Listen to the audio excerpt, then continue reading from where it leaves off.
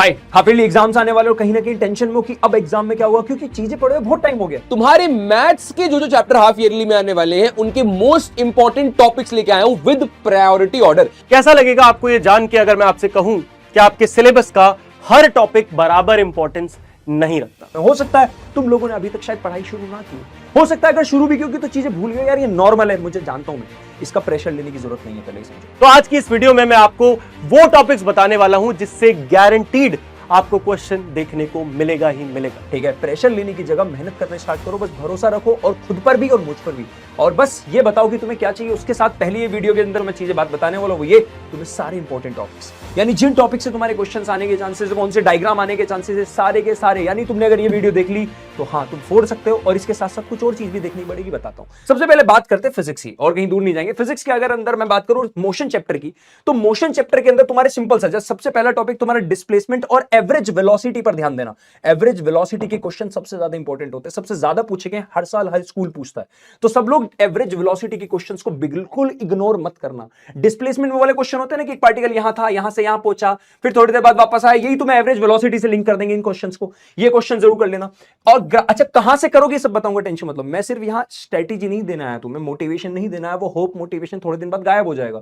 Strategy के साथ मैं तुम्हें सॉल्यूशन भी दूंगा, डोंट वरी, टेंशन ना लो, मैं खुद बैठ के तुम्हारे साथ कराऊंगा ये सारी चीजें। ठीक है, ग्राफ की अगर मैं बात करूं तो तुम्हारा वेलोसिटी टाइम ग्राफ सबसे ज्यादा इंपॉर्टेंट होने वाला है। इसके अंदर जो स्लोप तुम ढूंढते हो, इक्वेशन सेकंड वाली ग्राफिकली जरूर डेरिवेशन सीख के जाना, करके जाना, जरूर जरूर रिपीट और रिवाइज करना। इक्वेशन ऑफ मोशन के न्यूमेरिकल सबसे ज्यादा इंपॉर्टेंट है, यहीं से तुम्हारा फ्री फॉल के न्यूमेरिकल भी बन जाएंगे। और इक्वेशन ऑफ मोशन के न्यूमेरिकल, आई नो कि तुम सबसे ज्यादा उनमें ही फंसते हो, अभी भी वही दिक्कत है ना, कमेंट में लिख देना, उसका भी जुगाड़ तुम्हारे एडीबी कर देंगे। ठीक है, जो जो प्रॉब्लम तुम आएंगी इस वीडियो के कमेंट सेक्शन में जरूर लिखने की एडीबी। इस वाले जो आपने टॉपिक बताया ना उनमें से ये वालों में ज्यादा दिक्कत है, ये वालों में ज्यादा दिक्कत है, बता देना, फिर उसके बाद एक प्लान करूंगा तुम्हारे लिए एक दो हफ्ते बाद। ठीक है, हाउ फोर्स अफेक्ट्स मोशन के चैप्टर की मैं अगर बात करूं तो सबसे पहले सेकंड लॉ सबसे ज्यादा इंपॉर्टेंट है, न्यूमेरिकल इसी से ही आते हैं, और बाकी न्यूटन लॉस के एप्लीकेशंस, उनके जो तुम्हारी डेफिनेशन, उनके जो एप्लीकेशंस है वो जरूर पढ़ लेना। और हाँ, फ्रिक्शन इस बार नया टॉपिक, तो फ्रिक्शन भी जरूर पढ़ना। बैलेंस अनबैलेंस के सिर्फ तुम्हारे बेसिक क्वेश्चन पूछे जाएंगे। ठीक है, इसके बाद अगर मैं बात करूं केमिस्ट्री के अंदर एक्सप्लोरिंग मिक्सचर जो चैप्टर, इसके अंदर तुम्हारा सॉल्यूशन, सस्पेंशन, कॉलॉइड्स, यहां पर अगर मैं बात करूं तो कॉलॉइड से तुम्हारा बहुत ज्यादा इंपॉर्टेंट होने वाला है। और सॉल्यूशन के अंदर तुम्हें पता ही तुम्हारा सॉल्वेंट और सोल्यूट के बारे में बार बार पूछेगा। कंसंट्रेटेड वाले न्यूमेरिकल्स है ना, कंसंट्रेशन ढूंढने वाले, हाँ वो न्यूमेरिकल बहुत इंपॉर्टेंट होंगे। और तुम्हारे मेथड्स ऑफ सेपरेशन जरूर पढ़ लेना। टिंडल इफेक्ट की डेफिनेशन, मेथड्स ऑफ सेपरेशन में स्पेशली बताता हूं तुम्हारा एक तो पेपर क्रोमेटोग्राफी, ठीक है, एक तुम्हारा डिस्टिलेशन और तुम्हारा इवेपोरेशन और सेंट्रीफ्यूगेशन, ये टॉपिक जरूर पढ़ लेना। जर्नी इनसाइड द एटम की बात करूं, देखो पहली बात तो तुम्हें स्ट्रक्चर ऑफ एटम क्लियरली पता होना चाहिए। उसके बाद तुम्हें थॉमसन मॉडल के बेसिक्स, थॉमसन मॉडल का जो तुम्हारा कैथोड रे एक्सपेरिमेंट है वो तुम्हें पता होना चाहिए। अगर मैं बात करूं बोहर्स मॉडल सबसे ज्यादा इंपॉर्टेंट है, क्योंकि बोहर्स मॉडल ही वो मॉडल है जो अभी हमारी क्लास का सबसे इंपॉर्टेंट, लास्ट मॉडल वही पढ़ा है हमने। ठीक है, रदरफोर्ड की अगर मैं बात करूं तो गोल्ड फॉयल एक्सपेरिमेंट की बेसिक बेसिक बातें पता होनी चाहिए। तो इनके लिमिटेशंस और इनके फेलियर्स याद कर लेना, इनके फेलियर्स इंपॉर्टेंट है, क्यों फेल हुआ तुम्हारा रदरफोर्ड, क्यों फेल हुआ तुम्हारे थॉमसन मॉडल। ठीक है, अगर बात करूं वैलेंसी निकालना सबको आना चाहिए, और तुम्हारी इलेक्ट्रॉन कॉन्फिगरेशन लिखना आना चाहिए कि एलिमेंट में कितने आते हैं, कितने इलेक्ट्रॉन्स पुट किए जाते हैं। ठीक है, आइसोटोप्स, आइसोबार की डेफिनेशन भी पढ़ लेना, इनके बारे में जरूर पता होना चाहिए। ठीक है, अच्छा एक और चीज इससे रिलेटेड में तुम्हें एक बताता, तो तुम लोग सोचोगे अगर किसी बच्चे को, ये देखो एक तो मैं तुम्हारे लिए कुछ करूंगा बेसिकली, अब से कुछ दिन बाद ये जितनी भी चीजें बता रहा हूं सब मैं आके खुद कराऊंगा, टेंशन मत, थोड़ा सा वेट करो, हाफिली आने से पहले करा दूंगा। लेकिन कुछ बच्चे जिन्हें अभी भी डिटेल्ड में पढ़ना है तो उन लोगों के लिए तुम्हें पता है वन शॉट सीरीज मैंने चलाई हुई है। यहाँ वन शॉट सीरीज कुछ लगता है कि एडीबी हमें क्वेश्चंस भी प्रैक्टिस करनी होती है, मुझसे बहुत बच्चे बोल रहे थे यार तुम लोगों ने बहुत प्यार दिया इस बुक को, इसमें तुम्हारे लिए बहुत सारे कॉम्पिटेंसी बेस्ड क्वेश्चन है। ठीक है, ये बुक के अंदर तुम्हारे एनसीईआरटी के सॉल्यूशन है, कॉन्सेप्ट है, माइंड मैप से, सारी चीजें इस बुक के अंदर है, बिल्कुल न्यू पैटर्न पे है ये तुम्हारी, है ना। और ये अगर लेनी तो तुम्हें डायरेक्ट तुम यहां से जा सकते हो भाई, साइंस 9th क्लिक करना, ठीक है, पीडब्ल्यू स्टोर पे जाओगे, है ना, यहाँ पे जब तुम पीडब्ल्यू ऐप खोलते हो ना तो पीडब्ल्यू ऐप में यहाँ पे पीडब्ल्यू स्टोर का ऑप्शन आता है, यहां से जाके तुम इस बुक पे क्लिक करके ले सकते हो। ठीक है, यहां पे जाना और इस बुक को तुम यहां से परचेज कर सकते हो। 4.9 रेटिंग दे दी, बढ़िया भाई साहब, चलो ठीक है, धन्यवाद। ठीक है, अब देखो जरा चैप्टर की बात करते हैं, सेल चैप्टर। सेल चैप्टर की अगर मैं बात करूं तो प्रोकैरियोटिक और यूकैरियोटिक का डिफरेंस जरूर याद कर लेना।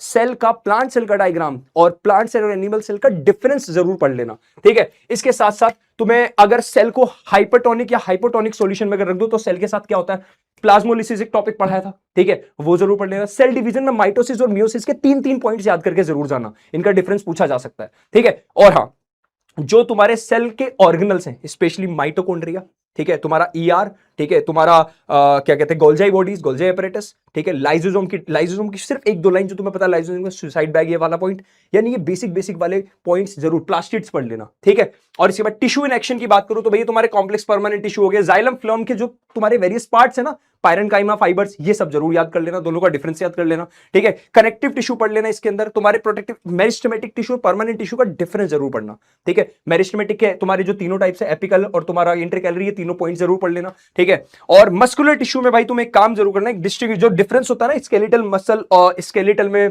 स्मूथ में, कार्डियक मसल में, ये जरूर पढ़ लेना, ठीक है। हाँ, न्यूरॉन का डायग्राम, नर्व सेल का डायग्राम जरूर पढ़ लेना, और उसमें क्या क्या डेंड्राइट्स क्या होता है, ये सारे पॉइंट जरूर पढ़ लेना, बस इतना ही काफी है, ठीक है। बाकी जो और प्रॉब्लम मुझे बताना, इसी तरह तुम्हारे लिए एसएसटी और तुम्हारे मैथ्स की भी सारी चीजें अभी बता दी जाएंगी, टेंशन ना लो। चलो ठीक है, चितलियो और चीतो मिलते हैं, बाय। तुम्हारे मैथ्स के जो चैप्टर हाफ ईयरली में आने वाले हैं उनके मोस्ट इंपॉर्टेंट टॉपिक्स लेके आया हूं विद प्रायोरिटी ऑर्डर। पहला चैप्टर हमारे पास है orienting yourself, the use of coordinates. First chapter हमारी क्लास 9th की गणित मंजरी का। अब इसके अंदर कुछ बहुत प्यारे प्यारे इंपॉर्टेंट टॉपिक है, इनमें से सारे ही टॉपिक मोस्टली इंपॉर्टेंट है क्योंकि चैप्टर बहुत छोटा है, 4 ही टॉपिक इसके अंदर है, लेकिन उनका प्रायोरिटी ऑर्डर क्या है। सबसे पहले तो मिड पॉइंट फार्मूला और डिस्टेंस फार्मूला, दोनों को मैंने यहां पे 5 स्टार दिए हैं। क्यों? क्योंकि मैंने बहुत बच्चों के टेस्ट वगैरह देखे, और वैसे भी लॉजिकल सी बात है कि इस चैप्टर का बड़ा से बड़ा पोर्शन इन्हीं 2 टॉपिक से निकल के आता है। तो इन दोनों के अलग अलग और इन दोनों के मिक्स क्वेश्चंस जो भी है वो सारे प्रैक्टिस कर लेना। देन कोलिनियर पॉइंट्स के सिंपल क्वेश्चन तुम्हारे पास आएंगे, तुम्हें 3 पॉइंट दे दिए जाएंगे और तुम्हें बताना है वो कोलिनियर है कि नहीं। और तीसरा जो सबसे कम इंपॉर्टेंट है इस चैप्टर का टॉपिक, वो तुम्हारे पास है कार्टेशियन प्लेन के क्वेश्चंस, कि भाई क्या यहां पे हम टेबल रख सकते हैं इस कोऑर्डिनेट्स पे, और टेबल के 4th पैर की लेंथ निकालो, 4 पैर के कोऑर्डिनेट निकालो। तो टेबल वगैरह वाले बेसिक क्वेश्चंस कार्टेशियन प्लेन के, वो भी इंपॉर्टेंट है, लेकिन सबसे इंपॉर्टेंट ये 3 है।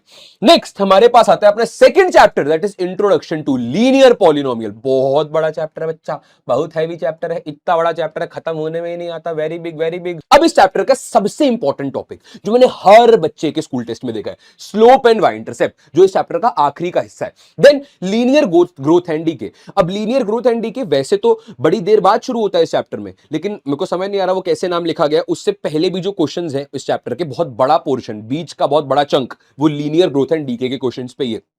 कि पॉकेट मनी मिलती है, हर दिन 10 रुपए और मिलते हैं, तो पॉकेट मनी 1000 रुपए कब हो जाएगी, अगर 1000 रुपए दिए हैं, मैं रोज 10 रुपए के कुरकुरे खरीद लेता हूं, तो पैसे कब खत्म हो जाएंगे, बुक रीडिंग करनी शुरू करी, ये वो। फिर ऑटो रिक्शा वाले बड़े इंपॉर्टेंट क्वेश्चन आते हैं कि ऑटो रिक्शा 1 किलोमीटर के लिए 15 रुपए लेती है, 2 के लिए भी सेम रुपए लेती है, तो फिर 10 किलोमीटर के लिए कितने देगी। बहुत क्रेजी और इंपॉर्टेंट क्वेश्चन है, गणित मंजरी के अंदर ही है, वन शॉट में भी अच्छे से करा रखे हैं इंपॉर्टेंट क्वेश्चन लिख के, तो वो देख लेना, इन क्वेश्चन को अच्छे से करना। Then degree of a polynomial पे क्वेश्चन आते हैं कि पॉलिनोमियल की डिग्री निकालो, वेरी इंपॉर्टेंट क्वेश्चन, ध्यान से करना।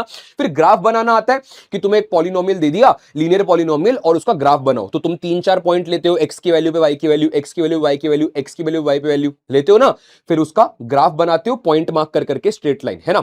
इसका उल्टा भी तुम्हें करना है कि ग्राफ बना के दे रखा है, उस ग्राफ से पॉलिनोमियल क्या हम बना सकते हैं कि नहीं, वो भी करना है। देन सबसे कम जो वेटेज रखता है इस चैप्टर का पार्ट, वो है वैल्यू ऑफ पॉलिनोमियल, कि तुम्हें बोला एक पॉलिनोमियल दिया है, एक्स की वैल्यू 2 पे पॉलिनोमियल की वैल्यू क्या होगी। बहुत आसान टॉपिक है, बट रेयर इस पे क्वेश्चन आएगा क्योंकि बहुत ही इजी है। देन हमारे पास आता है हमारा तीसरा chapter, that is the world of numbers.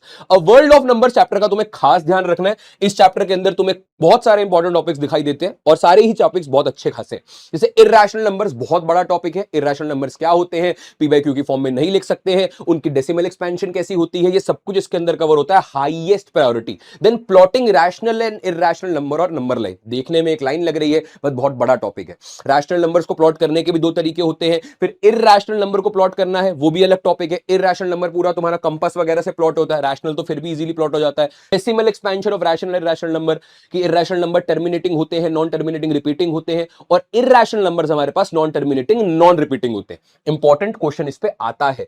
Then converting rational number in P by Q form, इसकी प्रायोरिटी 4 स्टार है। ये इतना इंपॉर्टेंट नहीं है, ये बहुत इंपॉर्टेंट है, 4 स्टार है। रैशनल नंबर्स को पी बाई क्यू की फॉर्म में कन्वर्ट करना, बहुत क्रेजी क्वेश्चंस आते हैं इस पे, नॉन टर्मिनेटिंग रैशनल नंबर्स पे, जिसमें बार लगा होता है। बहुत इंपॉर्टेंट क्वेश्चंस है, ध्यान से करना, अच्छे से प्रैक्टिस करवाइए।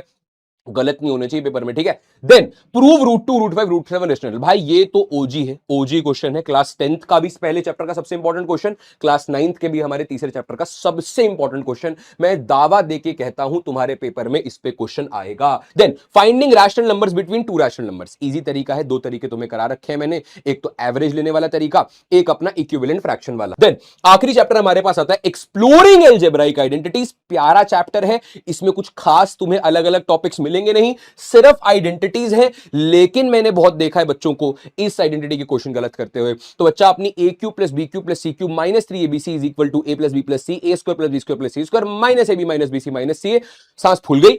उसके क्वेश्चन अच्छे से कर लेना। दो क्वेश्चन उस पे आते हैं कि अगर a plus B plus C 0 है तो प्रूफ करो A cube plus B cube plus C cube 3abc होगा। सिंपल प्रूविंग का क्वेश्चन है, फ्री के नंबर है। देन हमारे पास फैक्टराइजेशन ऑफ आइडेंटिटीज, सारी आइडेंटिटीज तुम्हारे सामने है, उन सारी आइडेंटिटीज की फैक्टराइजेशन करना आएगा ही आएगा। देन भाई तुम्हारे सिलेबस में एक नई चीज ऐड हुई है जो क्लास 10th में थी, अब 9th में आ गई है, तो उस पर क्वेश्चन आने के चांसेस बहुत ज्यादा है, जो है मिडिल टर्म स्प्लिटिंग। एक हिस्सा है ना क्वाड्रेटिक पॉलिनोमियल वाला, उसकी मिडिल टर्म स्प्लिटिंग करके फैक्टराइजेशन करते हैं, है ये भी factorisation, but middle term splitting से फैक्टराइजेशन करना। अब ये बहुत फॉर्म्स में आ सकता है, सिंप्लीफिकेशन की फॉर्म में आ सकता है या डायरेक्टली फैक्टराइजेशन करना आ सकता है।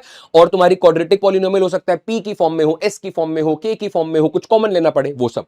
तीसरा फाइंडिंग लेंथ ब्रेड्थ और वॉल्यूम वाले क्वेश्चंस। अब ये भी फैक्टराइजेशन के क्वेश्चंस हैं, गारंटी दे रहा हूं मिडिल टर्म और फाइंडिंग लेंथ ब्रेड्थ का क्वेश्चन आना ही आना है। अब इसी के साथ तुम्हारे मोस्ट इंपॉर्टेंट टॉपिक्स तुम्हारे फर्स्ट 4 चैप्टर्स के कंटिन्यू खत्म होते हैं। और चैप्टर के तुम्हारे अगर मिड टर्म में आ रहे हैं, उनकी तुम्हें चाहिए मोस्ट इंपॉर्टेंट टॉपिक्स, तो सब कुछ तुम्हें मिल जाएगा। कमेंट्स में नीचे बताना, और हाफ ईयरली में फोड़ के आना। बहुत होप कर रहा हूं, तुम्हारे लिए विश करूंगा, आग लगाना है हाफ ईयरली में। Love you all, see you. तो दोस्तों, अगर आप लोग क्लास 9th में हो तो ये वीडियो आपके लिए बहुत ज्यादा जरूरी है। कैसा लगेगा आपको ये जान के अगर मैं आपसे कहूं कि आपके सिलेबस का हर टॉपिक बराबर इंपॉर्टेंस नहीं रखता? सही बात तो यह है कि आप एक स्मॉल पोर्शन पढ़ के भी एक बहुत ज्यादा नंबर को स्कोर कर सकते हैं।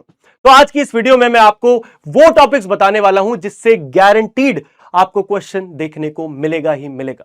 अगर आप इतने टॉपिक्स करके चले जाते हैं अपने हाफ ईयरली एग्जाम में, तो ये गारंटीड हो जाएगा कि आप 90% तक मार्क्स आसानी से स्कोर कर पाएंगे। आप सोच रहे होंगे कि आदि भैया ये बात आखिर कैसे कर रहे हैं? तो इसके पीछे बहुत घंटों की रिसर्च और बहुत सालों का एक्सपीरियंस है। तो शुरू करते हैं most important topics for class 9th social science half yearly exam. दोस्तों, आप लोग जानते हैं कि ऑलरेडी हमारी बुक चेंज हो चुकी है। इस बार हमारे बुक के पार्ट 1 में 9 चैप्टर्स हैं, जिसमें से पहला चैप्टर हम लास्ट में डिस्कस करेंगे। शुरुआत करते हैं ज्योग्राफी के 2 चैप्टर से, शेपिंग ऑफ अर्थ सरफेस और atmosphere and climate.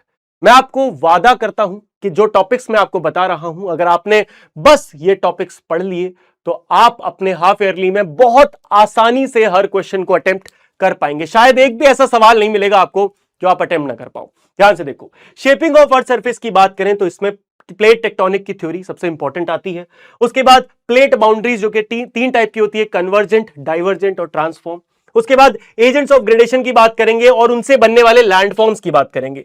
Types of weathering और इरोजन, वेदरिंग और इरोजन के बेसिक्स सबको पता होते हैं, टीचर वो नहीं पूछता है। पूछता क्या है? टाइप्स। उनके टाइप्स बताओ, फिजिकल, केमिकल, बायोलॉजिकल। अब बात करते हैं atmosphere and climate chapter number 3 की। यहां से आपको लेयर्स ऑफ एटमॉस्फेयर पढ़ना है, बहुत बेसिक है। उसके साथ साथ कंपोजिशन भी पढ़ना है, जिसको पाई चार्ट के फॉर्म में आपसे पूछा जाएगा। उसके बाद जो मेन चीज आपको पढ़नी है वो है elements of weather and climate, जिसमें आपके 5 एलिमेंट्स आते हैं, टेम्परेचर, एटमॉस्फेरिक प्रेशर, ये सारे आपको पढ़ के जाने हैं। उसके बाद आपको पढ़ने हैं इंडिया में कौन कौन से सीजन्स होते हैं, ऐसे नहीं अपने मन से, जो कि हमारी एनसीईआरटी में लिखे हुए हैं। और लास्ट में सबसे इंपॉर्टेंट टॉपिक जहां से क्वेश्चन आने के चांसेस सबसे ज्यादा हैं, वो है आपके north east and south west monsoon के। ठीक है, आगे बढ़े तो अब बात करते हैं अर्ली ह्यूमंस की और स्टेट एंड सोसाइटी, आपके हिस्ट्री के चैप्टर्स की। अर्ली ह्यूमंस की बात करें तो स्टोन एज आपका पैलेयोलिथिक, मीसोलिथिक, नियोलिथिक। फिर नियोलिथिक पीरियड इंडियन सबकॉन्टिनेंट में कहां कैसे आया, Sindhu Saraswati civilisation, Mesopotamian civilisation, Egyptian civilisation और चाइनीज सिविलाइजेशन को पढ़ लेना है आपको। चारों सिविलाइजेशन से एक एक सवाल आपको लगभग देखने को मिल रहा होगा। स्टेट एंड सोसाइटी की बात करें तो सोसाइटी स्टेट के बीच में क्या डिफरेंस होता है, इनके क्या फीचर्स होते हैं, ये पता होना चाहिए। वैदिक पीरियड में 4 वेदास के नाम और हर वेद का जो सब पार्ट होता है, हर वेद के 4 सब पार्ट होते हैं, वो पता होना चाहिए। एडमिनिस्ट्रेशन वैदिक पीरियड में कैसे होता था, एक राजा की क्या ड्यूटीज होती थी, ये बेसिक्स पढ़ लेना। उसके बाद डायनेस्टीज कौन कौन सी आई, उनका क्या फ्लो था, और सोशल स्ट्रक्चर और एवरीडे लाइफ उस समय लोगों की कैसी थी वैदिक पीरियड में, ये पढ़ना है। इससे बाहर क्वेश्चंस नहीं होंगे, यहीं से सारे टॉपिक्स आपके मेन बनेंगे। आगे बढ़े तो अब बात करते हैं हम अपने डेमोक्रेसी और इलेक्शंस चैप्टर की। डेमोक्रेसी में सबसे पहले आपको अर्ली इंडिया में डेमोक्रेसीज कैसे एग्जिस्ट करती थी इस पे चर्चा करनी होगी, यानी कि ये पढ़ना होगा। उसके बाद प्रिंसिपल्स ऑफ डेमोक्रेसी पढ़ना है, जिसमें आपके कई प्रिंसिपल्स आते हैं, लगभग 7 प्रिंसिपल्स आते हैं। उसके बाद आपको टाइप्स ऑफ डेमोक्रेसीज पढ़ना है। इसमें सबसे इंपॉर्टेंट सवाल आएगा आपका कि इंडिया में किस टाइप की डेमोक्रेसी है, यूएसए में किस टाइप की डेमोक्रेसी है, प्रेसिडेंशियल और पार्लियामेंट्री, इंडिया की लिविंग डेमोक्रेसी, और लास्ट में आपको चैलेंजेस।